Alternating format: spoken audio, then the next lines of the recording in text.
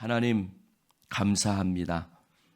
2026년 사순절 벌써 17번째 맞이하는 날, 이 새벽 하나님 앞에 나와 우리가 이 사순절을 지키며 예수 그리스도의 고난, 십자가, 내가 따라가야 할 그 길을 더 선명하고 분명하게 볼 수 있도록 우리를 이 새벽 불러주시니 너무나도 감사를 드립니다. 하나님, 내가 예수 그리스도의 흔적을 가졌다. 사도 바울은 자신에게 예수의 흔적이 있다고 고백했습니다. 우리는 어떤 흔적을 가졌습니까? 우리는 어떤 흔적을 가지려고 노력합니까? 주님, 세상에 부요한 영광스러운 흔적이 아니라 예수께서 가셨던 그 십자가의 흔적이 우리에게 있게 하여 주옵소서. 이 시간 말씀 보게 하시고 말씀을 깨닫게 하시고, 말씀을 깨닫는 것은 목사의 힘이 아니라 성령의 능력이오니 오직 성령께서 이 시간 임재하시고 역사하시고 주관하시고 우리 눈을 밝혀 주옵소서. 예수님 이름으로 기도드리옵나이다. 아멘. 아멘. 할렐루야. 하나님의 말씀 2026년 3월 9일 월요일 사순절 4주차 17일째입니다. 오늘 말씀은 예레미야 36장 중간부터이지만 1절부터 보겠도록 하겠습니다. 예레미야 36장 1절부터 26절까지 교독합니다. 유다의 요시야 왕의 아들 여호야김 제 4년에 여호와께로부터 예레미야에게 말씀이 임하니라. 이르시되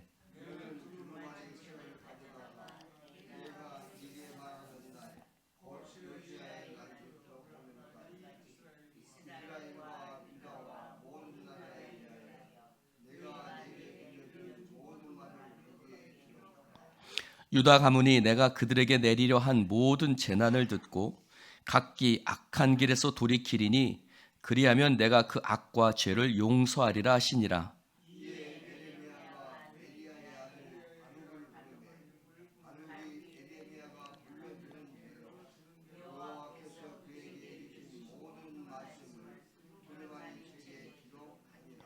예레미야가 바룩에게 명령하여 이르되 나는 붙잡혔으므로 여호와의 집에 들어갈 수 없으니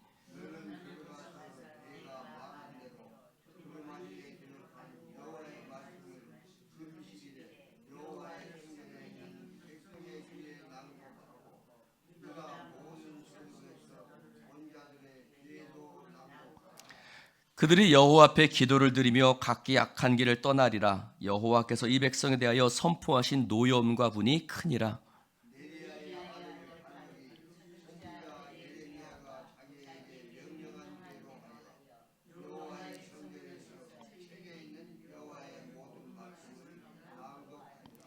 유다의 요시야 왕의 아들 여호야김의 제5년 9월에 예루살렘 모든 백성과 유다 성읍에서 예루살렘에서 이른 모든 백성이 여호와 앞에서 금식을 선포한지라.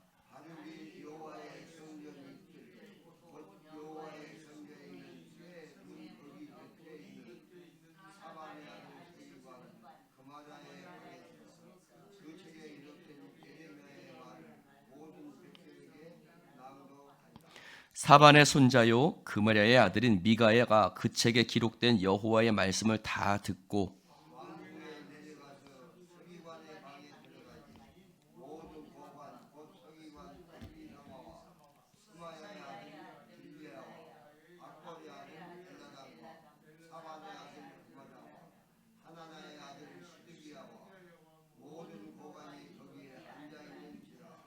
미가야가 바룩이 백성의 귀에 책을 낭독할 때 들은 모든 말을 그들에게 전하매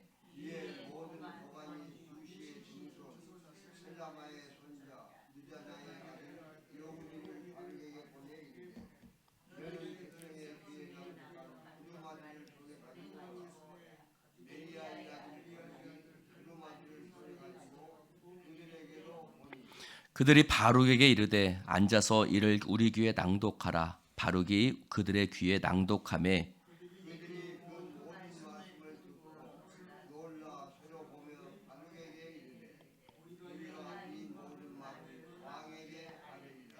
그들이 또 바룩에게 물어 이르되 너는 그가 불러주는 이 모든 말을 어떻게 기록하였느냐 청하노니 우리에게 알리라.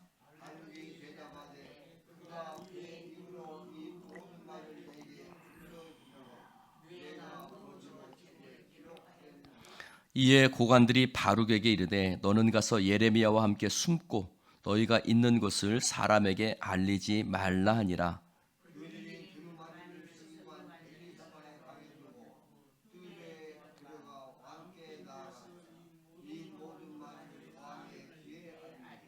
왕이 여후디를 보내어 두루마리를 가져오게 하매 여후디가 서기관 엘리사마의 방에서 가져다가 왕과 왕의 곁에서 모든 고관의 귀에 낭독하니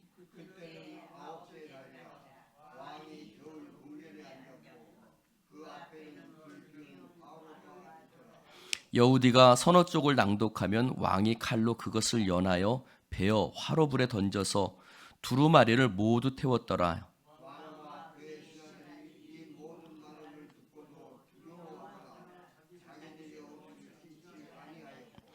엘라단과 들라야와 그마랴가 왕께 두루마리를 불사르지 말도록 아뢰어도 왕이 듣지 아니하였으며 왕이 왕의 아들 여라무엘과 아스리엘 아들 스라야와 압디엘의 아들 셀레미야에게 명령하여 서기관 바룩과 선지자 예레미야를 잡으라 하였으나 여호와께서 그들을 숨기셨더라. 아멘. 아마 이때는 바벨론이 1차 침공을 한 이후쯤이라 생각이 됩니다. 하나님의 말씀이 예레미야에게 임했고 하나님의 말씀을 나가서 증거할 수 없었던, 왜냐하면 오늘 말씀해 보니 하나님의 집에 들어갈 수 없었다, 갇혔다 그랬는데 아마 이것은 감옥에 갇힌 것은 아니고 성전 출입이 금지되어 있었던 상태였던 것 같습니다. 왜냐하면 그러니까 나중에 그 피했죠, 숨었죠. 그러니까 감옥에 갇힌 것은 아니었어요. 어찌됐든 그렇게 그래서 가서 말씀을 전할 수 없었기 때문에 바룩에게 그 책을 쓸 것을 책에 두루마리에 기록하게 하고 그것을 성전에 가서 낭독했더니 어떤 몇몇 사람이 듣고 그것을 듣고 깜짝 놀랐어요. 그래서 왕에게 들려줘야겠다 생각하고 그 말을 왕에게 들려주었더니 어떻게 했어요? 불에다 태웠다. 그리고 예레미야와 바룩을 잡아오라. 그러나 하나님께서 그들을 숨기셨다라는 말씀입니다. 자, 오늘 말씀 속에서 우리는 사순절에 우리에게 주는 의미를 우리가 생각해 봐야 할 것입니다. 오늘 말씀은 예레미야에게 하나님의 말씀이 임하는 것으로 시작하는데 2절, 3절 읽어보니 너는 두루마리 책을 가져다가 내가 내게 말하던 날 곧 요시아의 날부터 오늘까지 이스라엘과 유다와 모든 나라에 대하여 내가 내게 일러준 모든 말을 거기에 기록하라 라고 말씀하시면서 이렇게 말씀하세요. 3절 같이 읽어볼까요? 시작. 유다 가문이 내가 그들에게 내리려 한 모든 재난을 듣고 각기 악한 길에서 돌이키리니 그리하면 내가 그 악과 죄를 용서하리라 하리라 하시니라. 아멘. 전 이 말씀을 몇 번 읽었어요. 내가 그들에게 하나님의 말씀을 선포하면 유다 가문이 이 말씀을 듣고 악한 길에서 돌이킬 것이다. 그러면 내가 그 악과 죄를 용서할 것이다 라고 말씀하시거든요. 몇 번 읽어도 이해가 안 되는 거예요. 왜냐하면 이스라엘 백성은 회개하지 않았거든요. 그래서 주석을 찾아봤더니 이 말씀은 이렇게 시작합니다. 혹시라는 말로 시작합니다. 혹시 만약에 이스라엘 백성들이 내가 전해준 말을 듣고 그들이 혹시 악한 길에서 돌이키면 그리하면 내가 그 악과 죄를 용서하리라 라는 말씀입니다. 무슨 말이 앞에 붙어 있다고요? 혹시라는 말이에요. 혹시라는 말이 붙어 있어요. 그러니까 하나님은 예레미야에게 말씀을 전하시면서 이러는 거예요. 이스라엘 백성들이 이 말을 들으면 혹시 돌이킬지 몰라 라는 거예요. 이스라엘 백성들이 이 말씀을 들으면 혹시 회개할지 몰라 라는 뜻이에요. 그러니까 하나님은 무슨 기대를 하고 계신 거예요? 이스라엘 백성들이 혹시 하나님의 말씀을 듣고 회개할 수도 있다라는 기대를 하고 있는 거예요. 여러분, 하나님의 기대대로 됐어요, 안 됐어요?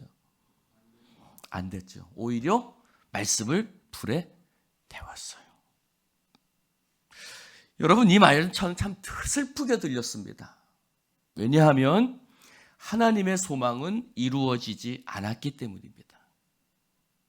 하나님이 기대하시던 일은 일어나지 않았기 때문입니다. 예전에 어떤 분이 저에게 이런 말을 하신 적이 있으세요. 목사님, 그분 몰라요? 목사님이 가서 얘기한다고 그분이 목사님 말 듣겠어요? 여태까지 그분이 한 거 보면 모르시겠어요? 왜 쓸데없는 거를 하고 그러세요? 그렇게 당하고도 모르세요? 이런 말을 한 적이 있습니다. 우리는 어떤 사람에 대해서 능히 예측을 합니다. 그 사람은 내가 말을 해도 안 들을 거야. 그 사람은 절대 말 들을 사람이 아니야. 우리는 그런 예측들을 합니까? 안 합니까? 하지요. 그리고 그 예측들은 대부분 맞는 경우들이 많습니다. 슬프게도. 하나님은 예측을 하실까요? 안 하실까요? 하나님은 바보일까요? 하나님은 어리석은 분일까요? 여러분, 그런데 하나님은 그렇게 당하시고도, 즉 이스라엘 백성들이 그렇게 목이고 짚고 하나님 앞에 회개하지 않은 백성이었음을 너무나 오랫동안 봐왔으시면서도 불구하고 여전히 기대를 하고 있는 것입니다. 할렐루야. 여러분, 하나님은 우리에게 기대를 하실까요? 안 하실까요? 하나님은 우리에게 당하셨어요? 안 당하셨어요?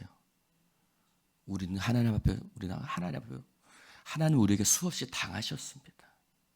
그럼에도 하나님은 우리에게 기대를 하시죠. 오늘 이 말씀이 그런 말씀이라는 거예요.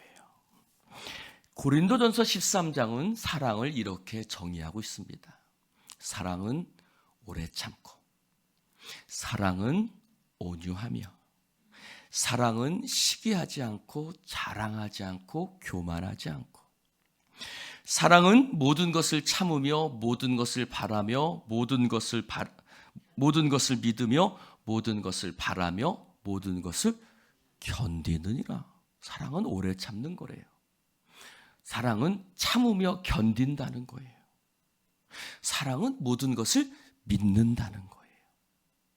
도대체 뭘 믿는다는 겁니까? 이스라엘 백성을 믿어야 합니까, 여러분? 왜 오래 참을까요?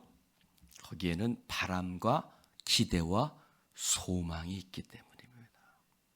고린도전서 13장에 말한 사랑은 누구의 사랑을 말하는 거예요? 하나님의 사랑을 말하는 거예요. 할렐루야. 하나님께서 우리를 그처럼 사랑하셨다는 겁니다. 할렐루야. 하나님은 나를 향해서 오랫동안 참으셨고, 하나님은 나에게 모든 것을 믿으셨고, 나의 모든 것을 바라시고 견디셨고, 하나님은 참으신 분이에요. 나를 향한 하나님의 사랑이 바로 그런 것입니다.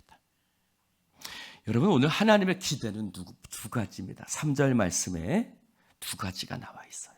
하나는 듣고라는 거예요. 듣고.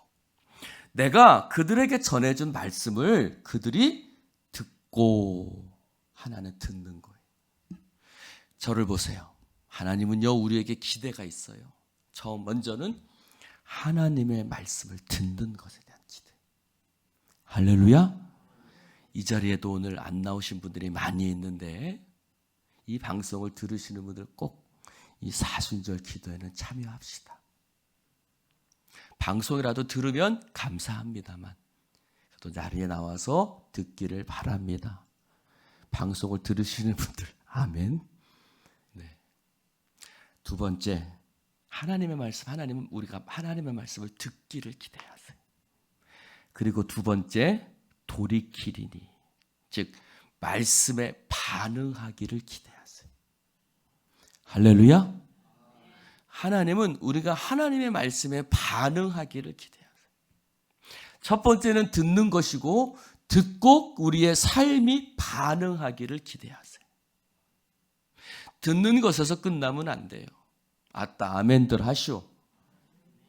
말씀을 여기서 처음에서 듣는 것은 대부분 쉐마, 듣고 순종하는 것을 뜻하지만 여기서 말하는 듣는 것은 귀로 듣는 것을 얘기해요. 믿음은 들으면서 나는 거죠. 하나님의 말씀을 들어야 돼요. 그리고 듣는 것에서 끝나지 말고 반응하셔야 돼요. 할렐루야. 우리는 그것을 순종이라고 부릅니다. 말씀에 반응해야 돼요. 네, 여러분 말씀을 듣고 여러분의 깨달아지는 것이 있어요? 깨달아지는 것이 없는 사람은 없을 겁니다. 그러면 그 깨달은 바를 삶으로 실천하셔야 돼요.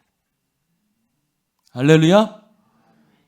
내가 잘못한 것이 있다면 회개하고 돌이켜야 되고, 또 하나님이 나에게 요구하시는 것이 있다면 그것이 내게 손해가 되더라도 감수하고 순종해야 돼요. 아멘입니까? 그것이 하나님께서 우리에게 바라시는 것이에요. 오늘 하나님의 바람은 두 가지인데, 듣는 것, 반응하는 거예요. 여러분,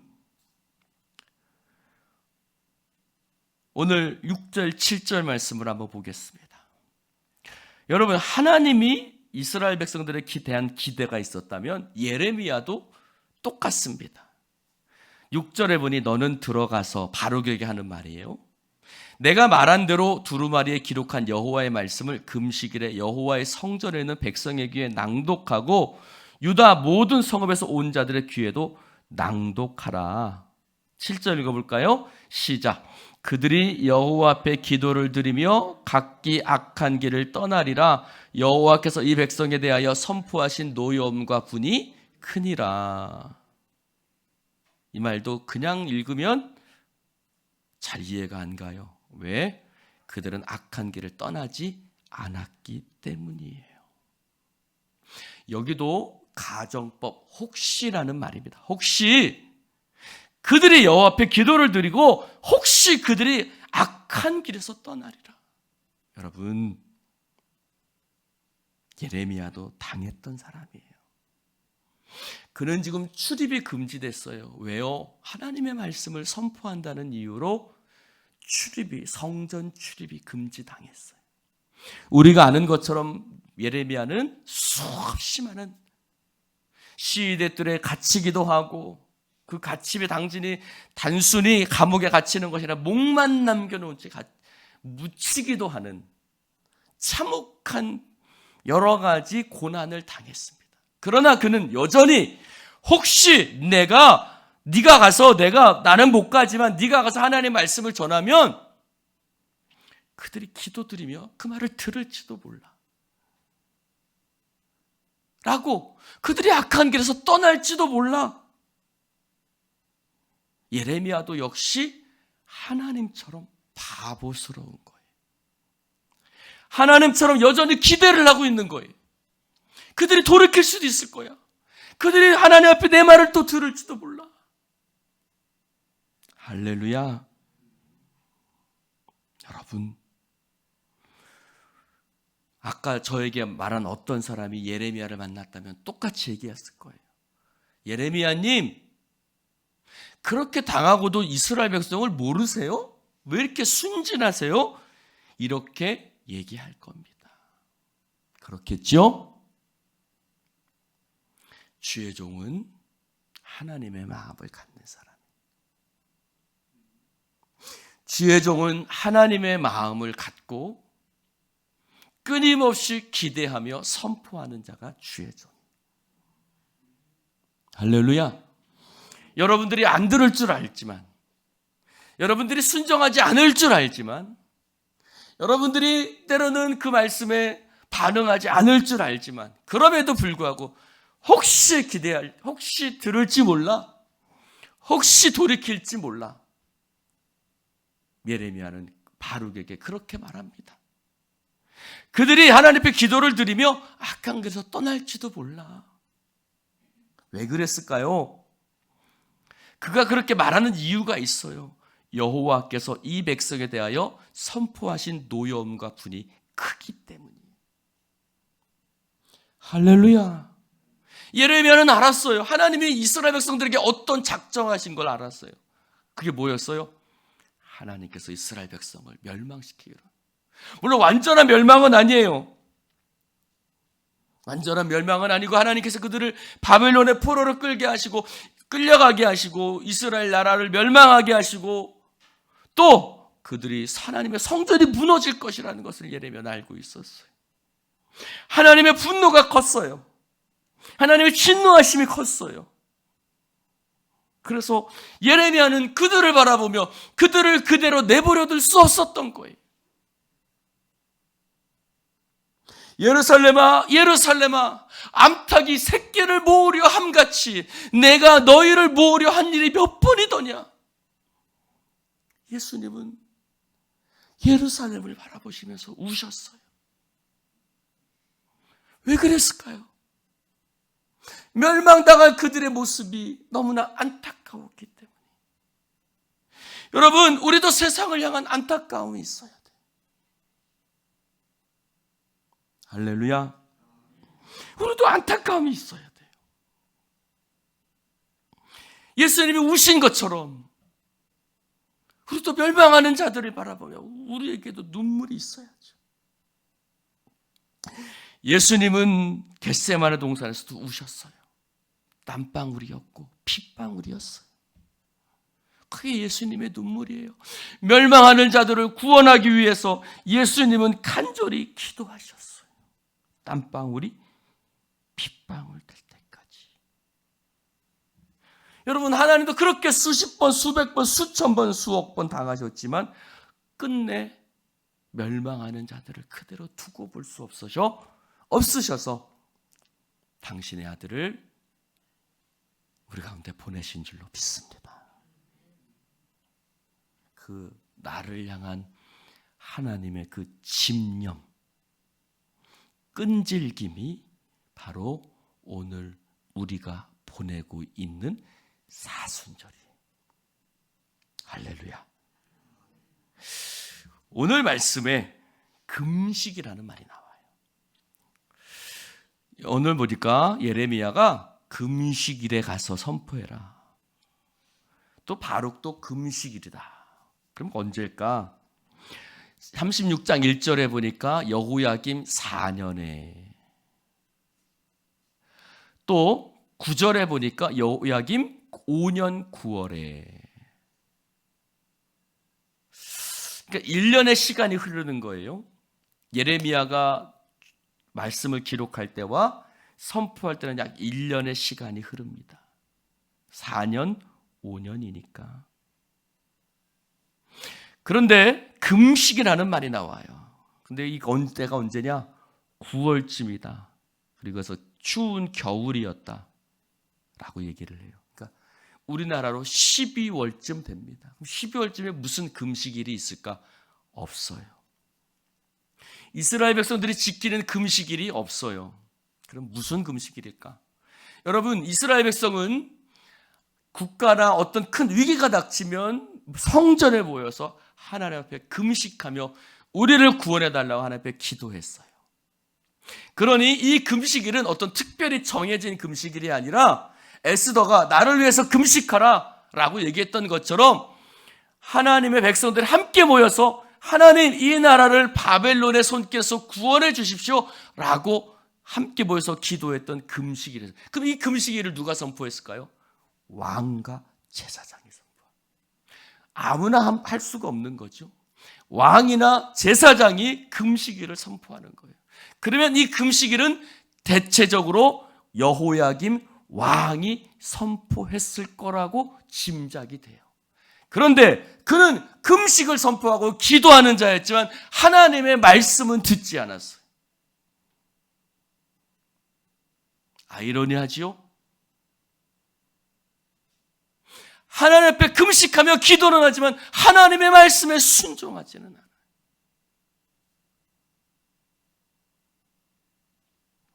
여러분, 이게 종교라는 거예요. 종교. 이거는 믿음이 아니에요. 종교예요. 종교는 뭐예요? 종교는 죽은 거예요. 종교는 형식이고 외식이에요. 내가 이렇게 하면 복을 받을 거라고 생각하는 거예요. 그건 종교예요. 믿음은 뭐예요? 하나님과 관계. 살아계신 하나님을 믿고 그분을 따르는 게 믿음이에요. 여러분, 우리가 예배를 드리지만 종교적인 행위일 수 있어요. 금식도 하고 여러 가지 절기도 지키지만 종교일 수 있어요. 혹시 우리의 사순절이 종교가 아니기를 축원합니다. 그는 금식했지만 하나님의 말씀이 기록된 말씀이 선포될 때 두루마리를 화로에 던지고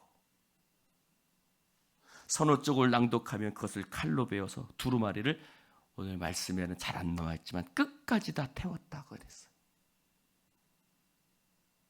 여러분, 지금 그가 겨울 궁전에 앉아서 화롯불을 떼고 있을 때입니까?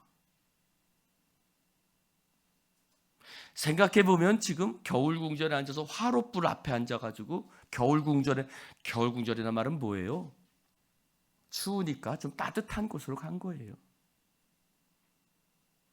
궁전이 한 군데가 아니거든요. 대통령도 여러 가지 뭐라 그래요? 휴양지가 여러 군데가 있죠. 그러니까 궁전이 여러 군데였던 거예요. 지금 그럴 때가 아니잖아요. 백성들은 금식을 선포해놓고. 여러분, 오늘 말씀해 보니 성경은 이렇게 기록하고 있어요.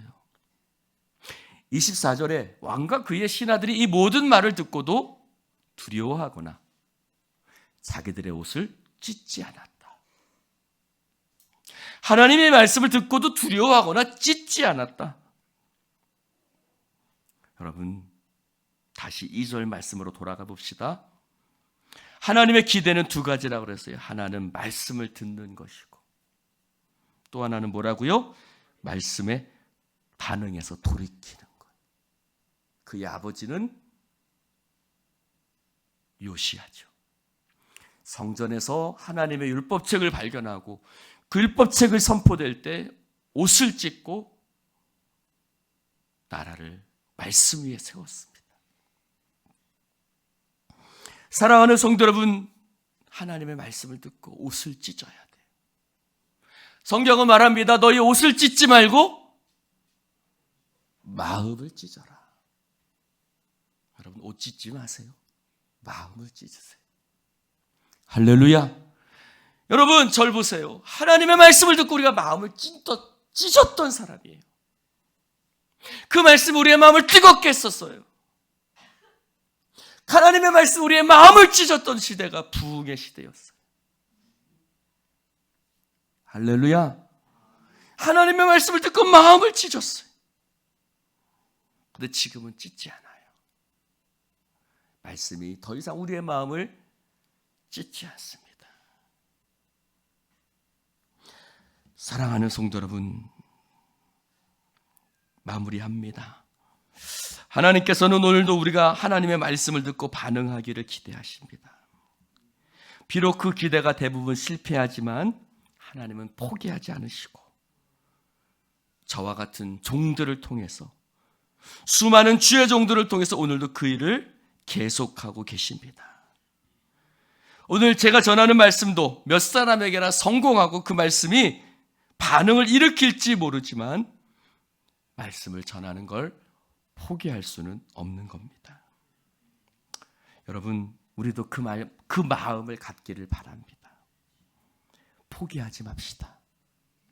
여러분이 전하는 말씀이 세상에서 메아리처럼 공허하게 아무런 능력을 발휘하지 못할 수도 있습니다. 그러나 여러분의 자녀들에게, 여러분의 이웃들에게 하나님의 말씀을 그들이 회개할 때까지 포기하지 말고 전하는 자 됩시다. 복음을 증거합시다. 그것이 하나님의 나라입니다. 사랑하는 성도 여러분, 하나님 우리에게 기대하시는 것, 말씀을 듣고 반응하는 겁니다. 말씀을 듣고 마음을 찢는 겁니다. 그 역사가 있기를 축원합니다. 기도합시다. 하나님 감사합니다. 오늘 주님 말씀을 함께 나눌 수 있도록 축복해 주시니 감사합니다. 주여, 이 시간 성령께서 함께 하시고 우리가 하나님의 마음을 갖기를 원합니다. 주님의 심장을 갖기를 원합니다. 포기하지 않고 하나님 기대와 소망을 가지며 하나님의 말씀을 끝까지 아버지 전하는 사람이 되어지게 하여 주시옵소서. 말씀을 듣고 그 말씀이 내 마음을 찢는 말씀 되게 하여 주옵소서. 살았고 운동력 있어서 혼과 영과 관절골수를 찔러 쪼개게 하여 주옵소서. 둔탁해진 우리들의 마음을 갈아엎어 주시고 하나님 말씀의 역사가 우리 가운데 일어나게 하여 주옵소서. 이 시간도 성령님이 우리와 함께 하실 줄 믿사오며 종교 생활이 아니라 믿음 생활하게 하여 주옵소서. 예수님의 이름으로 축복하며 기도드리옵나이다. 아멘.